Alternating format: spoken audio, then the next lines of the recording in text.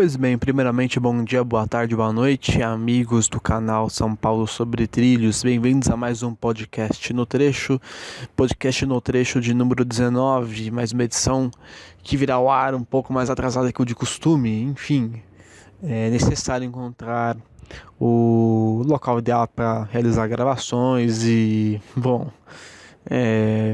o que não anda acontecendo muito bem, né? Os locais aqui não estão muito propícios para gravações sem interferências. Portanto, eu procuro sempre fazer as gravações, por mais que saiam atrasadas, com uma qualidade de áudio digna a todos vocês.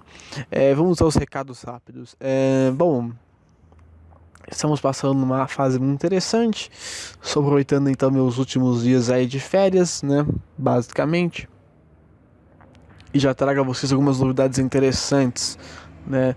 2 novos quadros do canal, um quadro que eu pretendo estrear ele no começo de fevereiro, conforme as circunstâncias forem concluídas, conforme o cenário ideal for adotado. E o segundo quadro, que é um quadro que eu já vou querer fazer ao longo dessa semana, quem sabe, que é o chamado Som dos Trilhos, né? Como vai ser esse chamado Som dos Trilhos, né? O Som dos Trilhos será basicamente um quadro de vídeos respostas, né?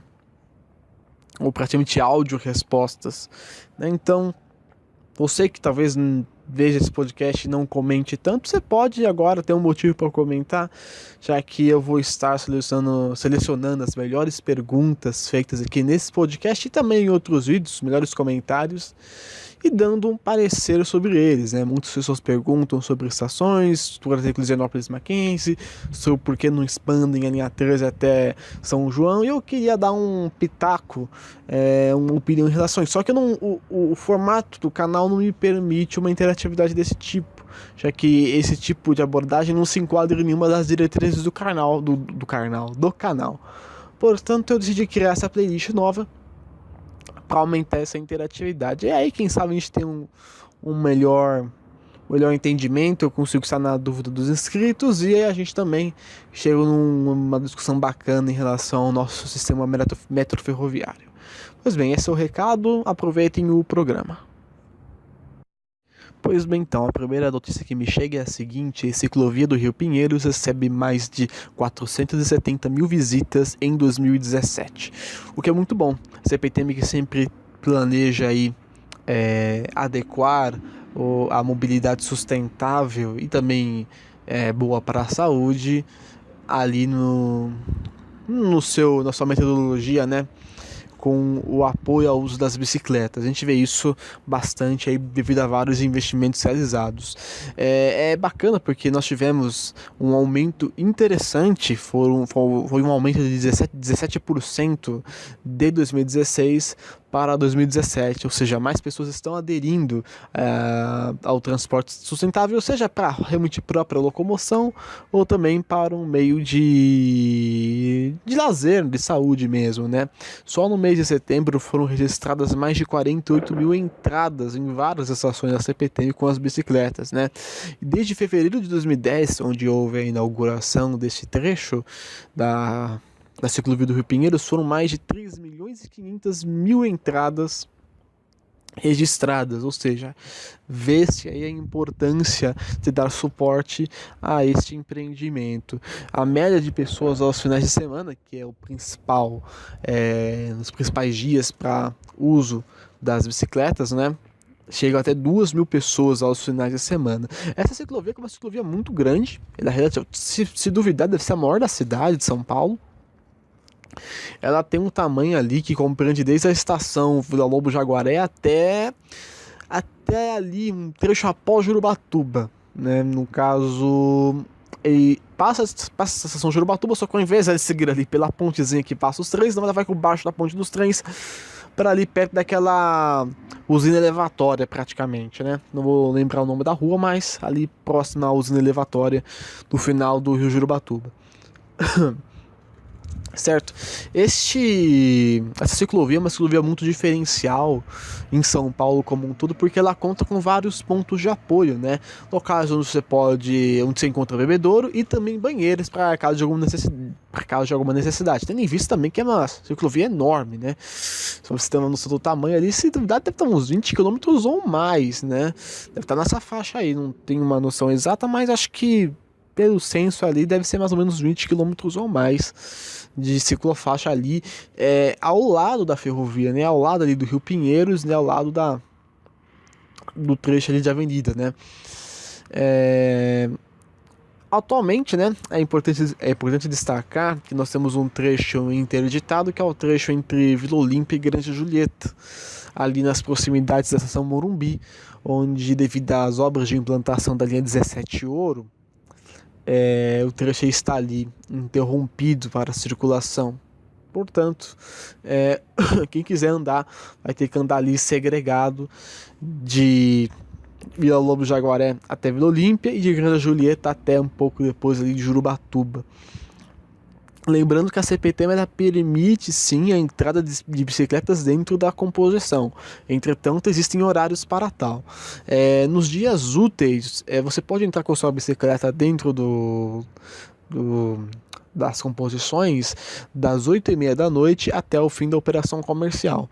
Esse horário é aumentado no sábado das 2 horas da tarde até o fim da operação comercial, e nos domingos e feriados o dia inteiro está livre para vocês trafegarem com as suas bicicletas. A CPTM hoje em dia possui 31 bicicletários com 7.939 vagas, 7.934 vagas, sendo que 28 desses bicicletários são da própria administração da CPTM, construídos pela própria CPTM. Lembrando que nem todos esses bicicletários ficam em si ali na região do Rio Pinheiros, tá? Boa parte deles estão espalhados ali por várias regiões, destacando o subbicicletário de Suzano, que é um dos, se eu não me engano, um dos maiores bicicletários da CPTM, se não o maior bicicletário da CPTM, com um número de vagas bem interessante. Isso é uma coisa muito boa, a CPTM flexibilizando ali o uso de modais limpos e sustentáveis, né?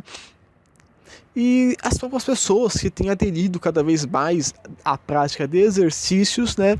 E o uso da bicicleta como meio de transporte. Muito bacana, essa aí é a nossa primeira notícia da semana.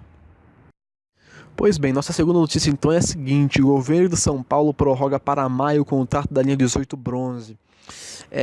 Bom, nós já estávamos esperando alguma novidade em relação à linha 18 Bronze, devido à elevação da nota de crédito do estado de São Paulo, que pode já contrair novos investimentos do exterior. Entretanto, parece que nós teremos ainda mais um adiamento, tanto porque garantir um empréstimo de 400 milhões de reais não é algo fácil, certo?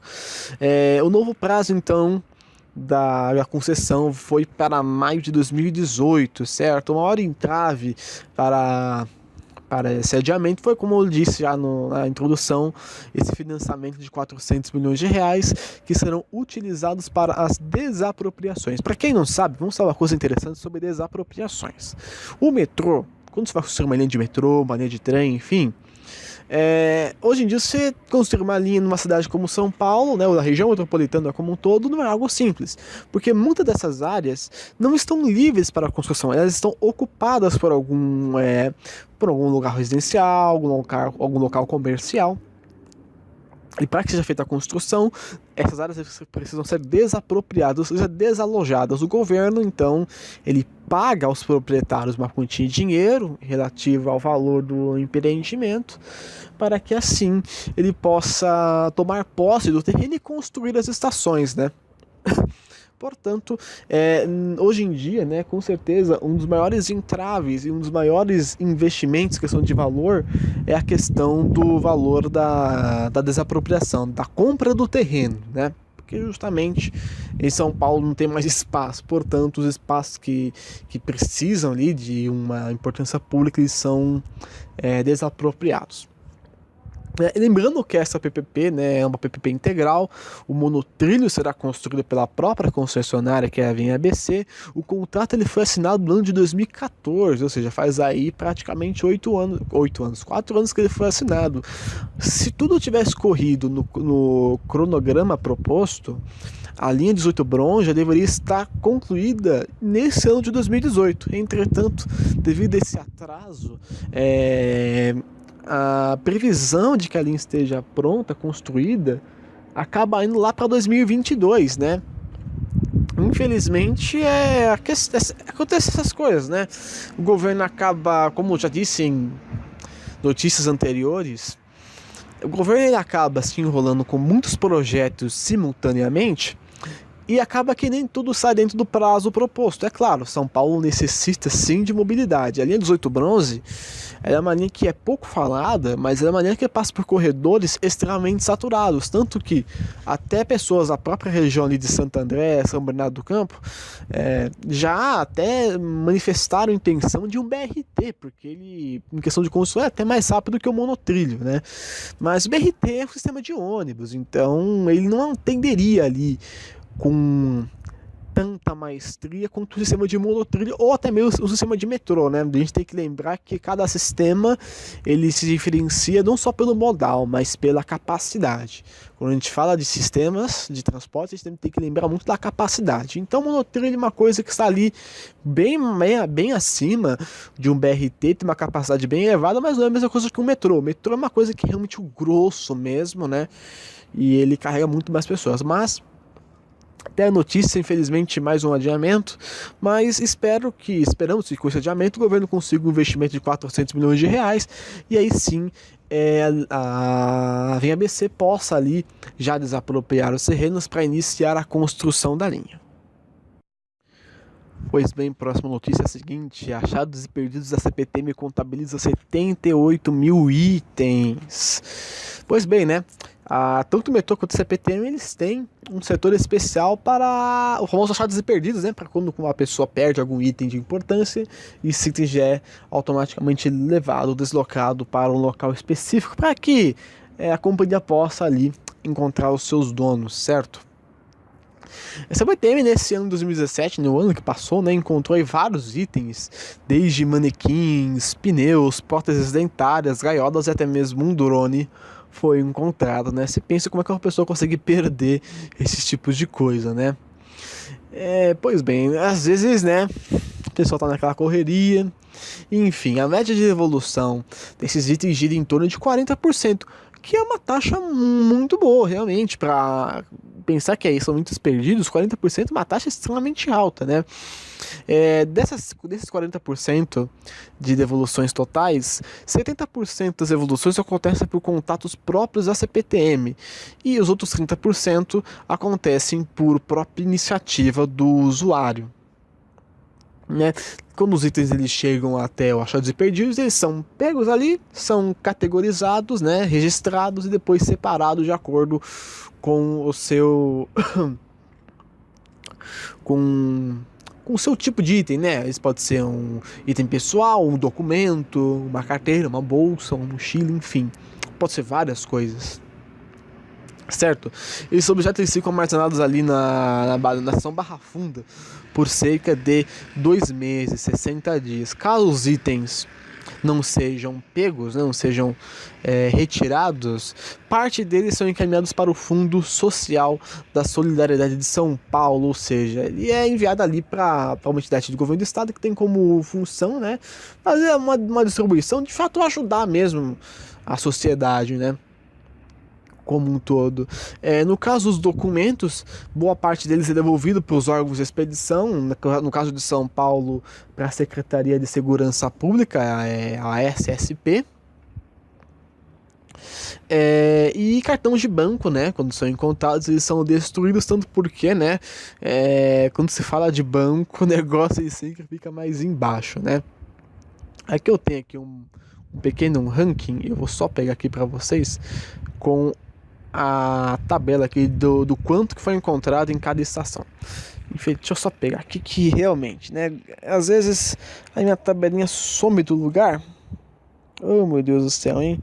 Touchscreen quando não tá no dia, não tá no dia. Pois bem, temos aqui então a tabelinha. Opa, dá um zoom aqui. Isso, exatamente. Com o ranking das principais estações que nós temos perdas de itens. Em primeiro lugar, nós temos a estação Brás, são 6 mil itens perdidos só no ano passado. Guaianazes ficou em segundo lugar, com 5 mil itens perdidos. O que essas estações têm em comum? Grande fluxo de usuários. Guaianazes, principalmente por ser um local onde você tem um fluxo, um transbordo, uma baldeação muito saturada.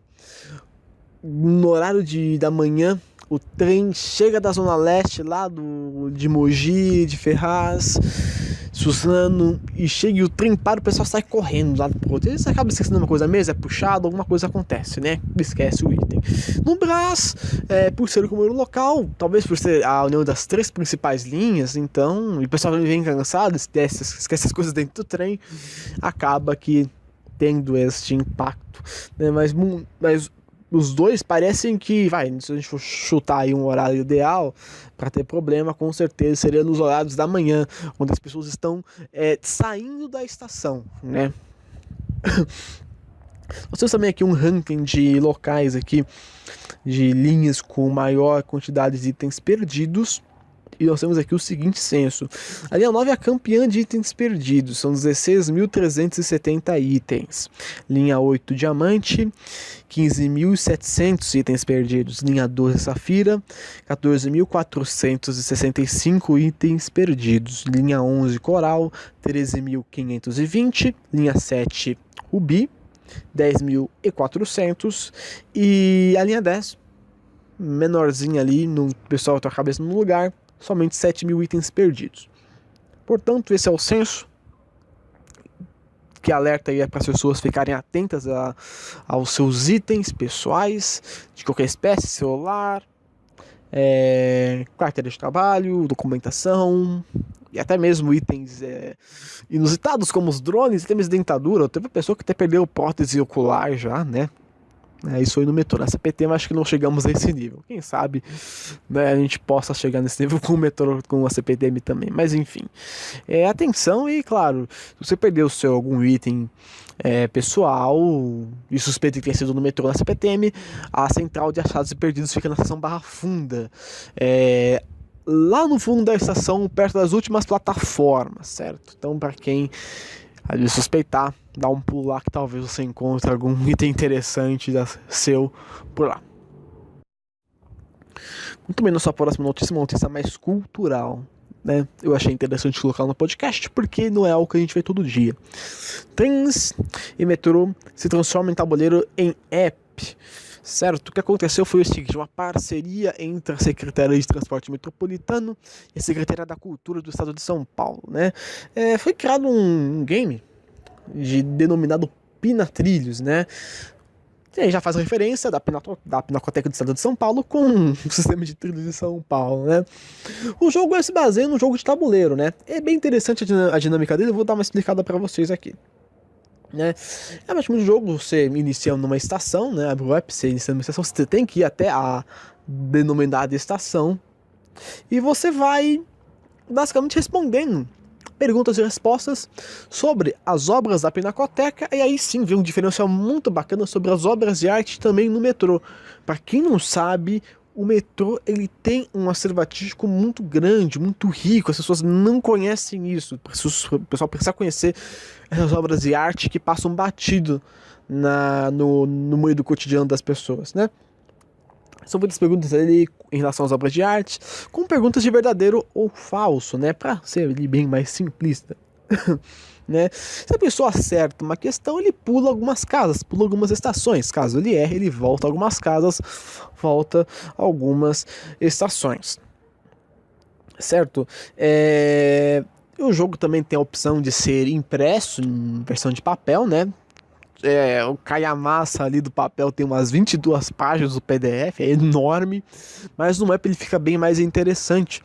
É bom que ele dá além de ter quase que um caráter, quase turismo ali, né? Se parar pra pensar, conhecer as estações do metrô, também dá uma incrementada aí no nosso acervo cultural, porque o brasileiro geralmente não está muito preocupado com a arte, na realidade nem sabe o que é arte de fato, quiçá foram a alguma mostra artística ou na Pinacoteca. Eu, por exemplo, nunca fui na Pinacoteca, né?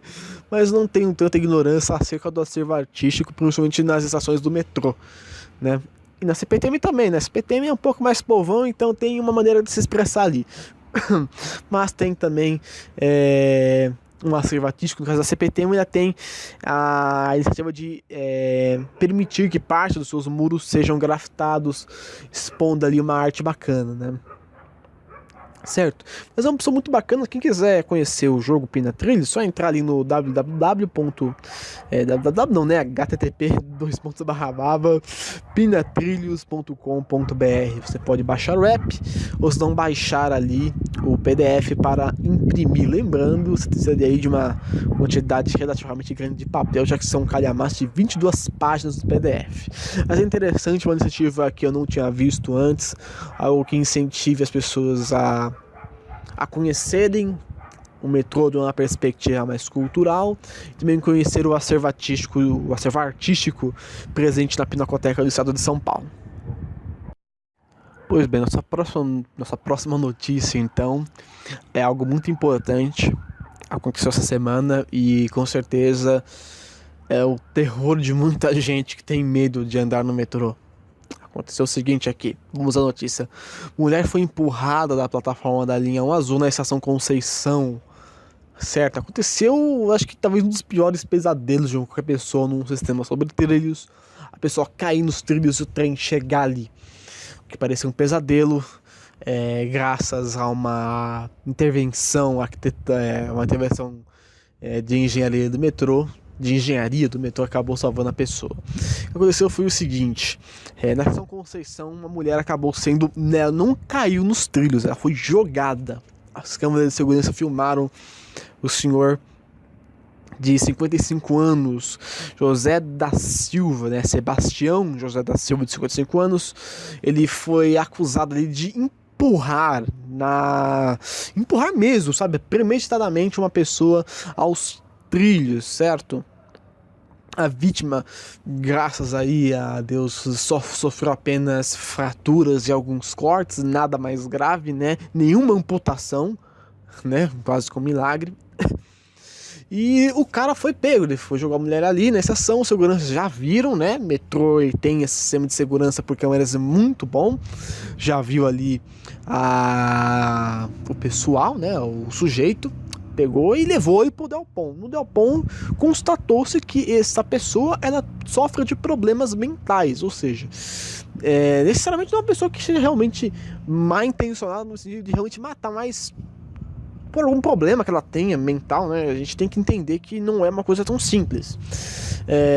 De acordo com a vítima, ela ouviu vozes dizendo para jogar a pessoa ali nos trilhos, então já constata que o cara já é meio biruta da cabeça, né? Isso levanta uma discussão muito grande em relação à instalação das tão famigeradas portas de plataforma. Bom, para alguns que talvez nunca tenham visto portas de plataforma, o que é esse artifício? Portas de plataforma é um item de segurança que ficam nas estações, onde elas bloqueiam o acesso do usuário à região dos trilhos, ou seja, é uma divisória. Realmente uma parede, geralmente uma parede de vidro, pode ser uma parede de concreto, como já existem em alguns metrôs do mundo, mas é uma coisa totalmente antiquada. Antiquada. Pois bem, isso é uma proteção, e assim que o trem chega, ao abrir as portas do trem, as portas de plataforma abrem junto. E quando o trem fecha a porta, as portas de plataforma também fecham junto com as portas do trem. Ou seja, é uma proteção dupla. Uma proteção do trem e uma proteção nas plataformas da estação.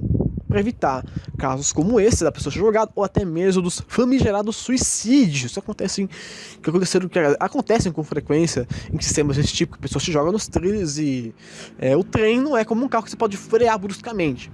O frear bruscamente um trem, ele vai andar uns 100 metros para frente no caso de metrô, e no caso de uma composição de carga, alguns quilômetros, dependendo da formatação que ele está.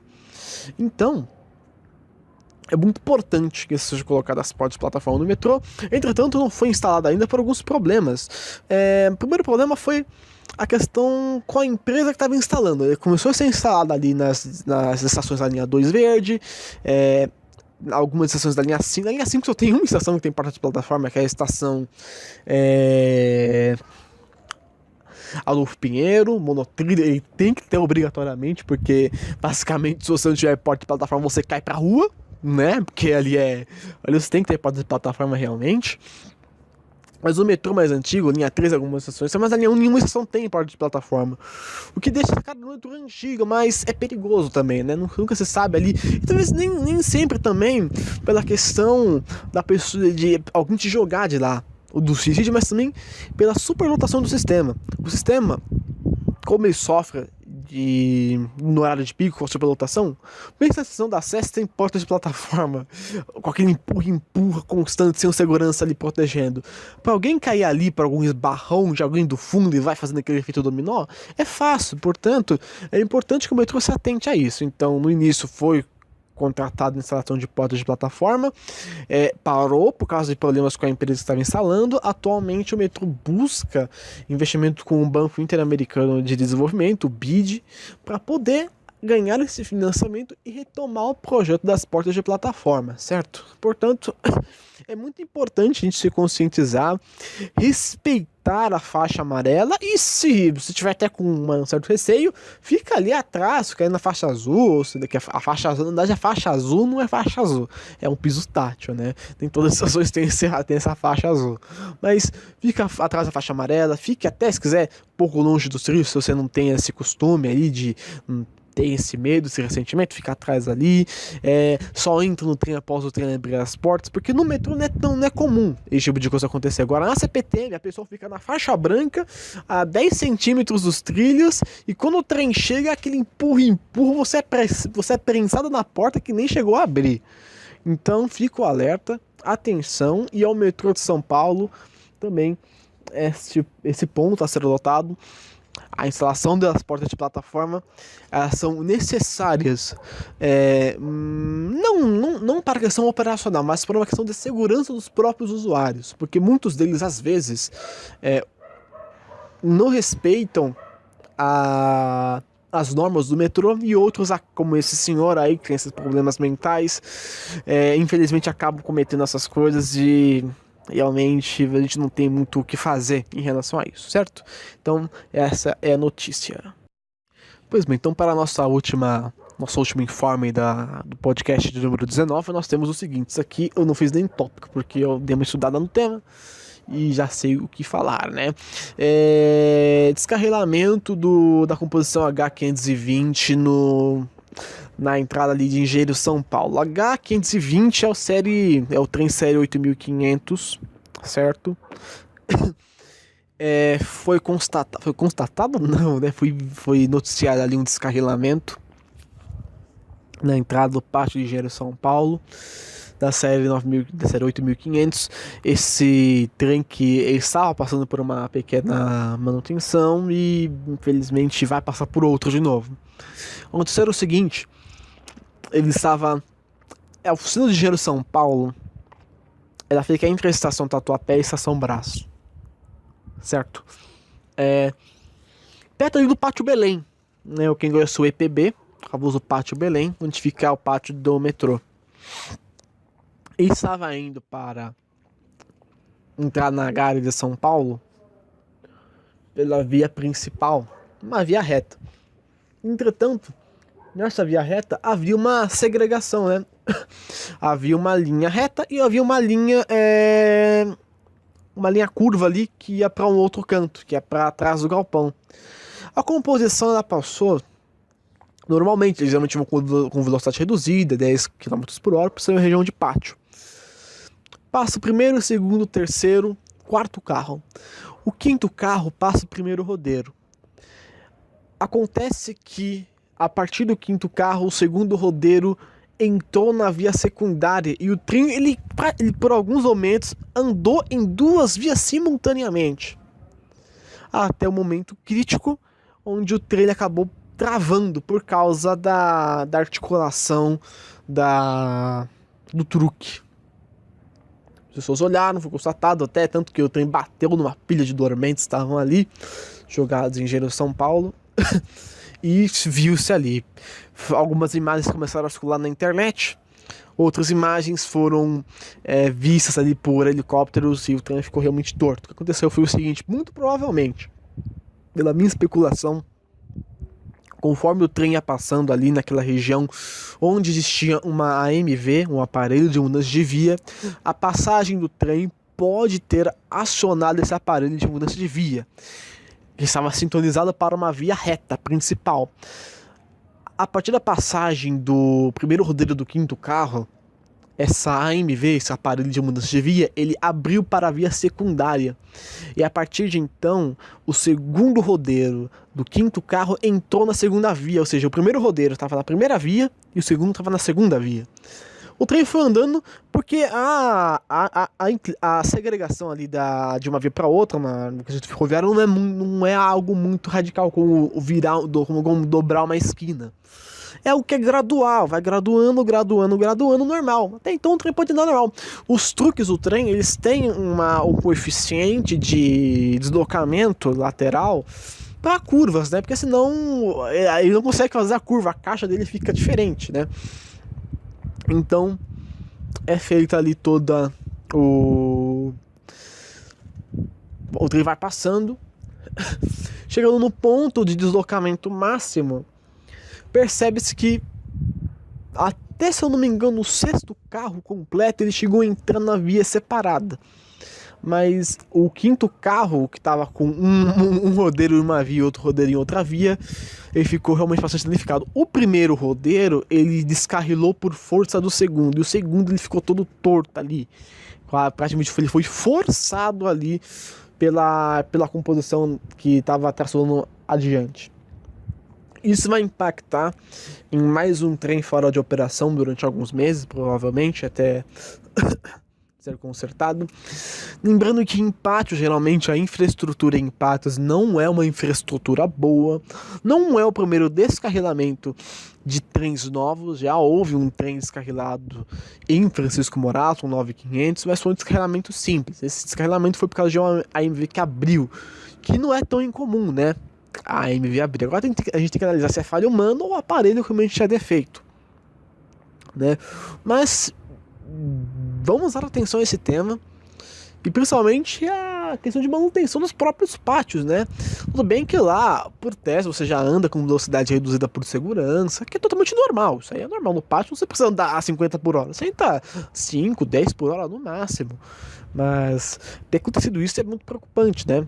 Então vamos ficar atentos. E a CPTM provavelmente não vai divulgar a causa real do acidente. Então acontece isso e eles fazem sindicância interna. Mas eu vou ficar atento aí, cada vez que tiver algum tipo de descarrilamento. É primeiro do ano, né? Bem que foi sem passageiros, tinha só um pessoal ali, talvez, técnico, fazendo a manutenção, mas não houve vítimas. Certo, essa notícia: descarrilamento ali próxima da oficina de Engenheiro São Paulo. Pois bem, esse foi mais um podcast no trecho. Eu agradeço a todos que puderam acompanhar mais essa edição, nossa 19ª edição. Estamos aí em breve chegando a nossa 20ª edição, 20 edições, 20 semanas aí de conteúdo metro ferroviário atualizado para todos vocês. Lembrando, quem ouviu aqui até o fim, não se esqueçam de deixar seu comentário, crítica, sugestão, questionamento, para que em breve, né, não creio que não demore muito, eu possa estrear o quadro O Som dos Trilhos, fazendo as vídeos respostas, certo? Comentando aí o que vocês acharam, suas opiniões, pra gente deixar uma interatividade melhor entre eu e vocês que estão escutando. E claro, aí, né, no começo de fevereiro, se tudo der certo, eu já faço a estreia na minha segunda playlist, minha segunda série de vídeos, que será o CCO, Centro de Conhecimento Operacional. Já tem alguns vídeos já realizados, né? Não foram vídeos que, do mesmo estilo de alguns outros que vocês já conhecem, mas são vídeos mais fáceis de serem feitos, eles são informativos, né? Mas enfim, é isso. Eu agradeço a todos que puderam prestigiar o programa. Tenham uma ótima semana e até a próxima edição do podcast No Trecho.